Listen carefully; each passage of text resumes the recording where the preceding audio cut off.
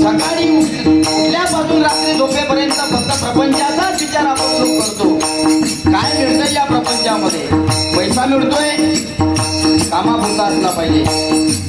चांगली झोप मिळते, कामापुरती असली पाहिजे. चांगल्या पद्धतीचं घर ते सुद्धा उदरनिर्वाह करता अंगावर ऊन ठेवले पाहून आधार देण्याकरता असलं पाहिजे. पण सुख कुठे?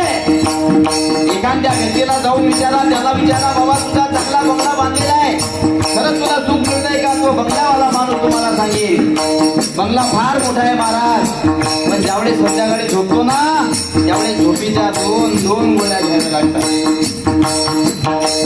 सुखाचा विचार